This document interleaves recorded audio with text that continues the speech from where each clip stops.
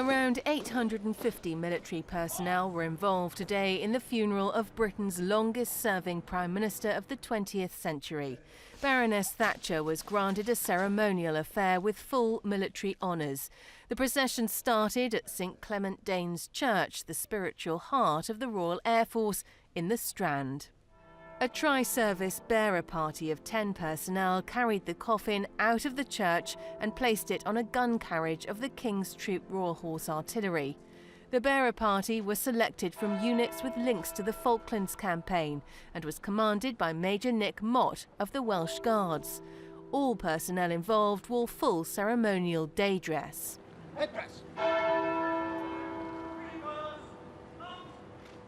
The gun carriage, which has never been used for a funeral before, then moved off on its journey to St Paul's Cathedral, led by a band of the Royal Marines. The band struck 8 bass drum beats to set the speed of 70 paces per minute. By the time the procession reaches this point here at Ludgate Circus, it'll have travelled a mile from the church of St Clement Danes just down the road on its way up towards St Paul's. Now, the man in charge of choreography said on Monday during the rehearsal the one thing they couldn't practice was the reaction of the horses to the huge numbers gathered here.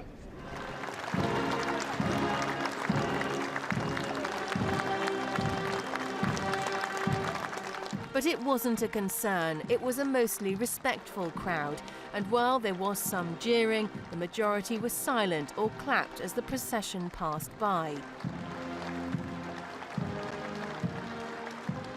336 personnel from the Royal Navy and Royal Marines, the Army and the Royal Air Force lined the route to St Paul's. Ahead of the event, there was some concern about whether it was appropriate for such a controversial figure to be escorted by such large numbers of military personnel. I think it goes part and parcel with the ceremony.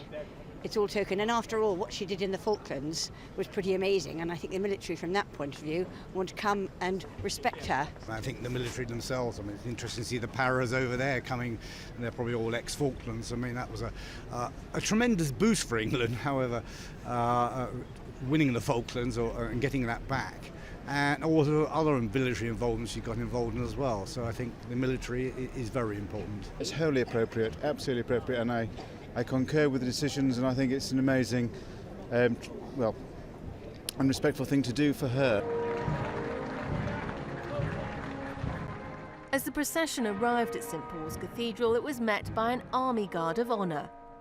And the West Steps were lined by 18 service personnel and 16 Chelsea pensioners, the oldest being 89.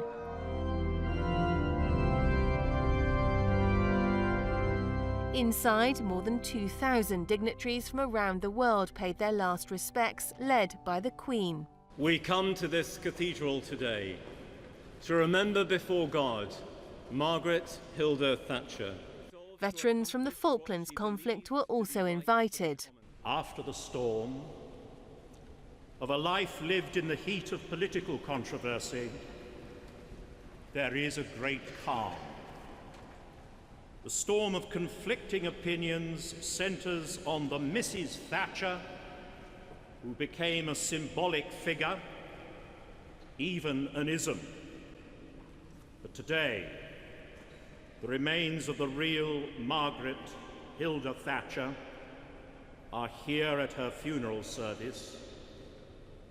Lying here, she is one of us, subject to the common destiny of all human beings.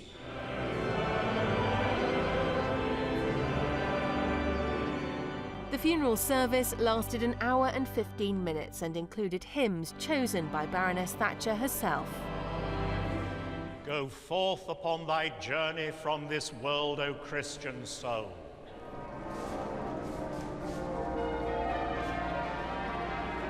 At the end of the service, the coffin was carried out of St Paul's Cathedral by the bearers to a waiting hearse and on to the Royal Hospital Chelsea and then Mortlake Crematorium for a private cremation.